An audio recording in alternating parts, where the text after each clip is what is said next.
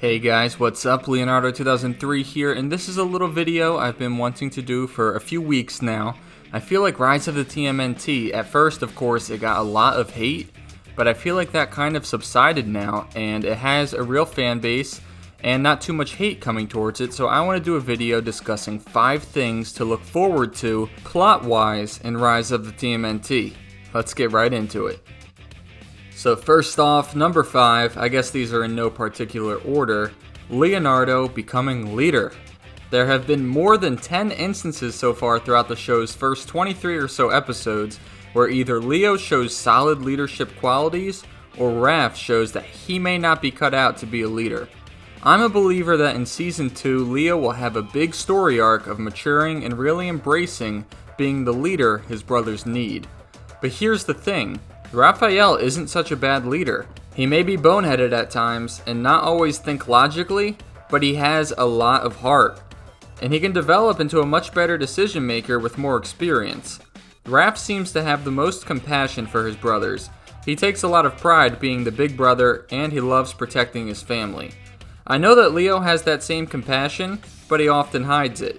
He prefers to attack many situations with comedic relief.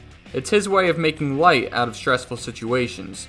That's a common trait in many young teenagers, and he will surely grow out of it as the series goes on. I know a lot of people were turned off right away when it was announced that Raph was going to be the leader, but I really have enjoyed it. It was a great experiment. I think the dynamic worked perfectly with Rise, and can work out even better when Leo goes through a maturity phase, leading to him becoming the leader. This is something that we haven't seen before, and I think it's turning out really well.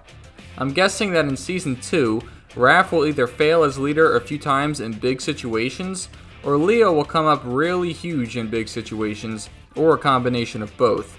This arc will lead to Leo eventually becoming the leader of the Turtles. That's my guess of how it's going to go down.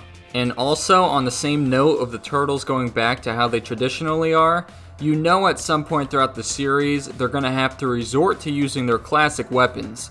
How epic is it going to be to watch these turtles fight some of the biggest villains in the show with the twin katana, the sais, the nunchucks, and maybe even Donnie's wooden bow staff.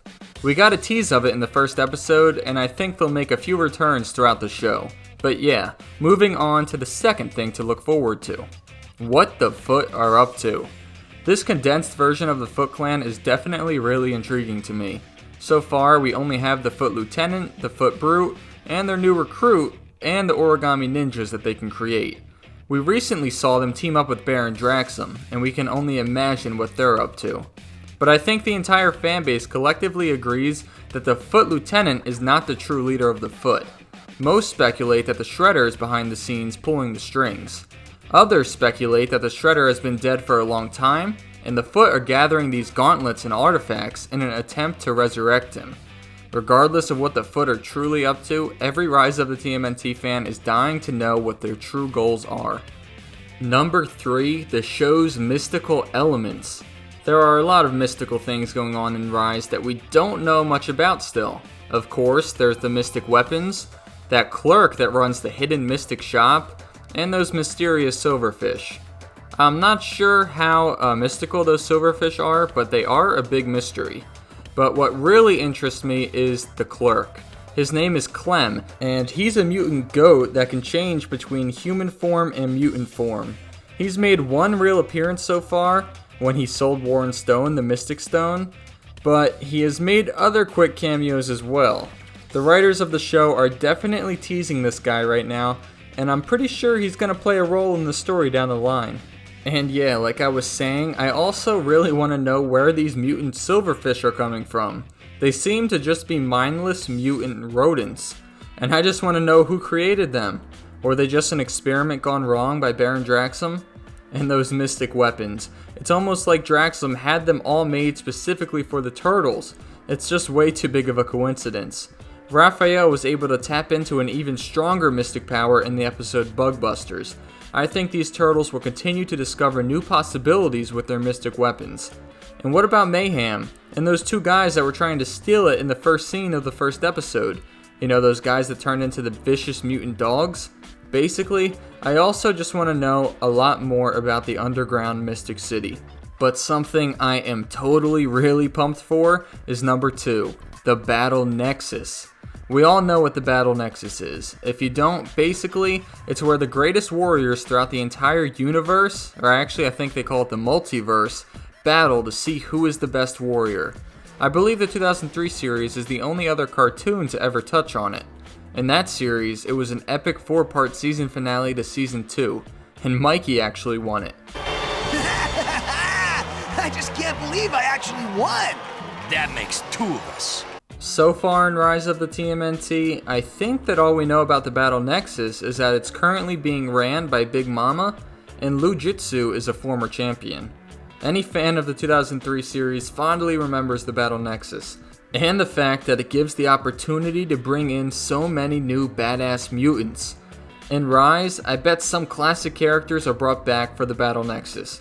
Guys like Bebop, Rocksteady, Tiger Claw, even Krang. I could see them bringing back whatever mutants that they want to for the Battle Nexus in Rise. And number 1, Splinter's true backstory. We need to get some flashbacks as soon as possible. We all pretty much know that he was Lujitsu, but in a recent episode, the name Tang Shen was on a Lujitsu movie. This is a pretty big indicator that Lujitsu was actually Hamato Yoshi, with Lujitsu just being his stage name. Also, the creators of the show are on the record saying that Splinter has the best character arc throughout Season 1. Obviously, as it stands right now, he's a pretty comical dad and doesn't really care about a thing. But the Turtles now know a little bit more about their origin, that they have Lujitsu DNA. When the Turtles find out that Splinter was Lujitsu, this is really going to bring everyone a lot closer together.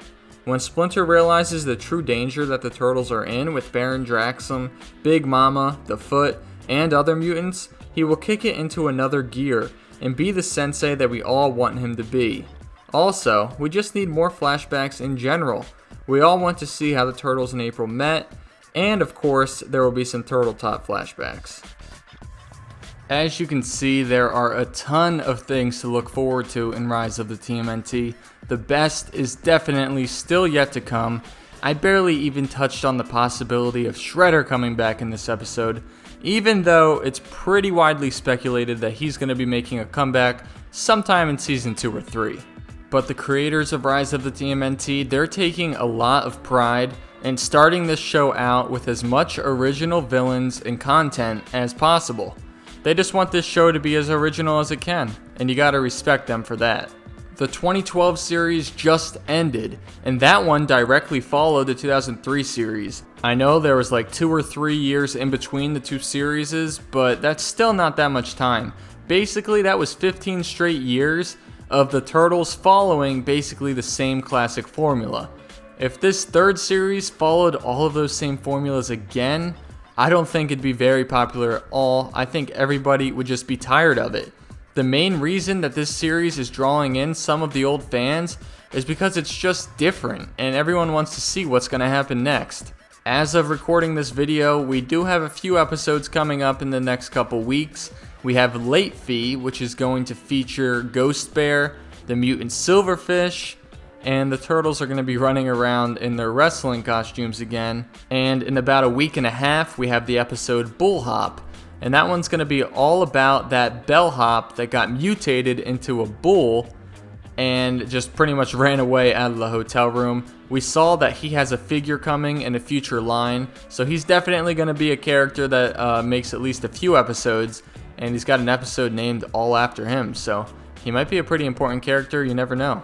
But yeah guys, if you made it to this point in the video, I want to thank you so much. I really appreciate your support. Definitely leave a comment down below if one of the things I mentioned is something that you're looking forward to most in Rise of the TMNT. And if I didn't mention something that you think has a lot of potential in the story, definitely drop it in the comments down below. I read all the comments and I try to respond to as many as I can. But anyways, thank you guys again so much for watching, and peace out. See what it says? Battle Nexus champion, which is me, the greatest warrior of the trans-dimensional multiverse, which is me. You only won on a technicality. Technically, I kicked your sorry butt in one of the bouts, remember?